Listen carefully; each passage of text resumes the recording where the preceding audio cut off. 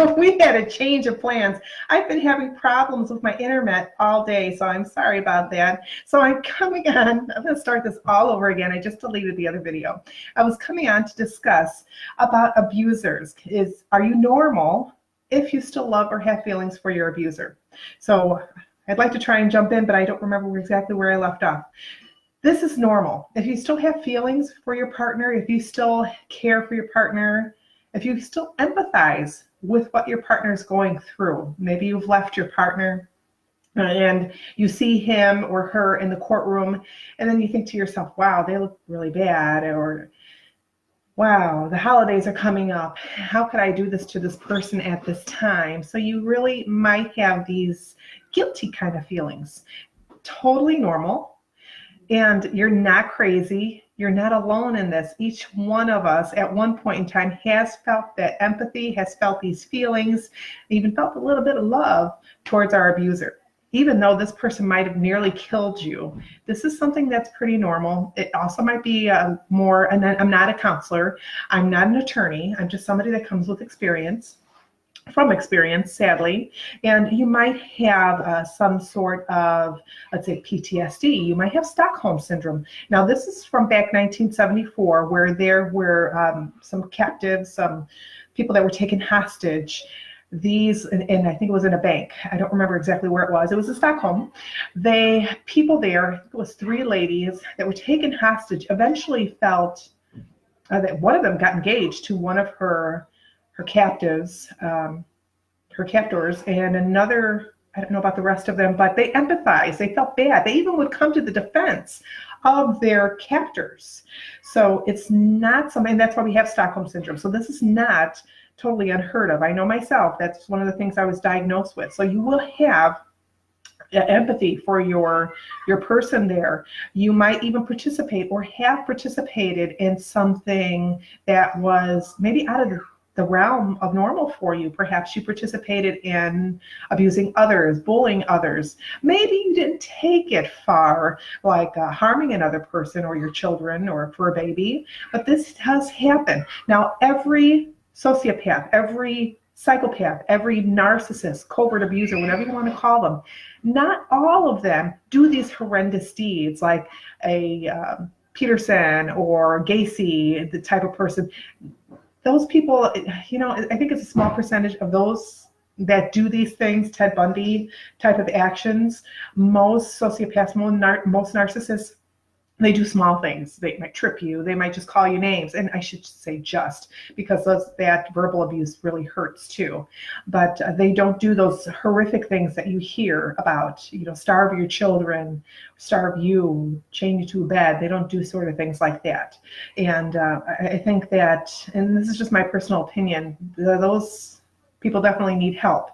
And so do our people, so do our abusers. Now, I'm going to go ahead and just for a minute, I hate to see, and I've mentioned this before, I hate to see a relationship end. Now, this also goes against feeling that compassion towards your abuser, thinking about leaving. So I had those feelings. I feel bad that I'm going to leave him. I know in my heart, my other side of my brain is telling myself, girl, you got to get out. You're not going to live. Or girl, you got to get out because this isn't a normal relationship. So I had these battles within myself. So I knew that I needed to go. I knew I had these red flags. I knew my time was limited on earth if I stayed with this person. I knew that I was grasping at straws to believe that he could change. Now, to go and say that can a narcissist change? Can an abuser change? Let's just say, can an abuser change?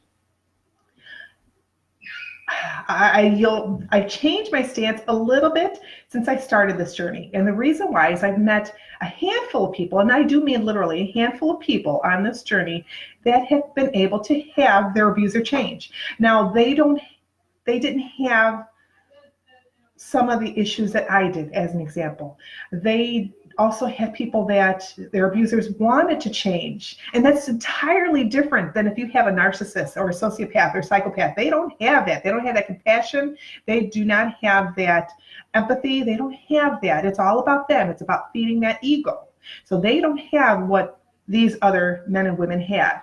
And I think that's what makes a big difference. If your partner is willing to change, if they're willing to go counseling, if they're willing to go the extra mile, maybe they have a drug addiction and they decide, okay, I'm going to be clean, then yes, could be a chance. Let's say 95% chance they won't change, an abuser can change, but there's a small, I'm going to say 5% chance that you can have someone change. And if I didn't know these people, I would say, no way, you can't tell me different, but I know a handful of people. And I even had a guest during my my side gig video, if you caught that, and she mentioned in her video quite candidly that she had some issues in the past and her partner changed and everything's great. So if you have that kind of relationship, if you find that once you broach a subject, I know I'm getting off tangent here, I'm sorry, I usually do, but once you broach a subject that you're leaving, and if you're going to say you're going to leave, hey, I'm going to leave, do it. Don't just talk the talk and walk the walk. Leave the house. If you have to go to a hotel for a week, maybe 2, or stay at a friend's house for a month, whatever it is, do it. Don't just say you're going to do it. Don't just pay it lip service. Let this person know you're actually going to follow through on what you say is going to happen. Because if you just say, in that evening, you guys are going back and forth, you're fighting and arguing a little bit, and you say, okay, I'm going to leave, and then you don't, just follow through on what you're going to say. Then that person's going to say, dang, they really did it. If that person really wants to change, let them date you. Let them woo you back. Don't take them back immediately. Give them time. Give them weeks. Give them months. Heck, give them years before you make a decision to come back. And I know that seems drastic, but if they truly want to change, they will change. They will go to the counseling. They'll go to, maybe if they're out of a job, maybe they'll get a job. They'll go through that addiction counseling. Whatever it is, if they truly, really mean it, they'll go that extra mile. Off my soapbox with that. So we and I hate to say victims, but victims do have, when you have a breakup, you do have a denial. It's 5 steps of grief with any type of loss. So you're going to have your denial, you're going to have your anger, you're going to have your bargaining, you're going to have your depression, and then you're going to have your finally acceptance. This might take a little while. Through all of these changes, you're going to be like, I still love him or her. I still have feelings. I see this person, and it's okay to love that person. It's okay to have hope that they can change. That's all right, and that's perfectly normal. So I don't want you to think that you're weird because, this person took you, beat you, raped you, whatever, knocked your butt in the hospital. Maybe they harmed your children, and why do I still have feelings? Even if it's a pedophile, maybe they molested your children, and you're still kind of conflicted because you still love this person. This is normal. Please don't hurt yourself or harm yourself, hey baby, or even just belittle yourself by saying that this isn't something that can't happen. It's true. You can. It's perfectly normal to have these feelings. Will you put in June's bottle? In her diaper bag. Grandbaby's over. So I know I ran off on a tangent. Sorry for the interruption there. So we have our narcissist, our sociopath. We're just going to say that this is what type of person this is. We're not going to say that this is your average person. Like, let's say Joe Blow has an infidelity once in a while, and we're going to leave his butt behind. It's not that type of relationship. It's not going to be the type of relationship where maybe they're just...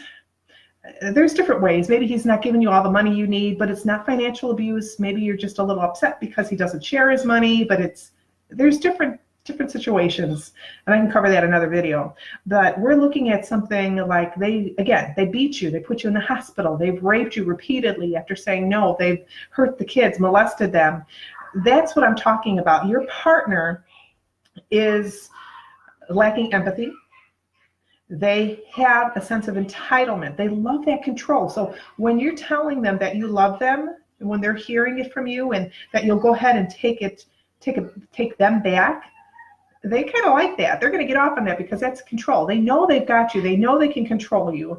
Now, you might feel empathy because your partner's had a traumatic past. Let's say your partner was abused as a child. Perhaps as a teen, they had a mother or father that was on drugs, or maybe them themselves had a drug addiction problem. Maybe they have some sort of mental illness. Do me a favor.